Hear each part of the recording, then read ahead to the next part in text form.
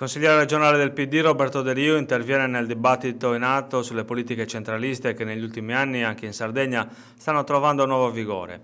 Nessun sistema ipercentralizzato è in grado di garantire l'eguaglianza perché è troppo lontano dalla percezione della diversità sul territorio.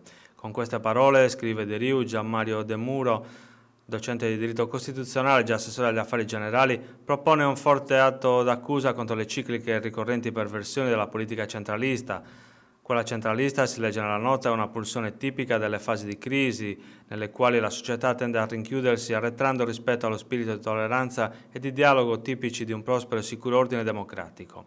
Le istituzioni repubblicane vengono interpretate non più come il luogo delle opportunità per la piena espressione e l'indefinita espansione dei diritti civili, politici e sociali di ciascun membro della comunità. Gianmario De Muro e quelli che insieme a lui stanno dando vita al movimento culturale che prende il nome di Sardegne, Sardegna plurale, sottolinea De Rio, propongono una tesi di fiero contrasto, anticonformista e intransigente della lettura neocentralista delle istituzioni pubbliche e delle politiche economiche e sociali, rilanciando una visione moderna e globale dell'autonomia.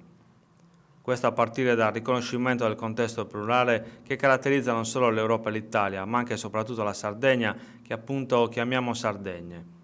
Con l'espressione Sardegna plurale invece si propone una nuova tensione ad un progetto unitario ed organico ma rispettoso delle diversità e della pluralità.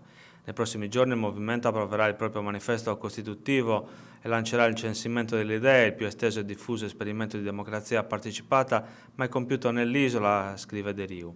Questo in vista di una grande discussione che vedrà la ricomposizione in progetto degli esiti di questo dibattito.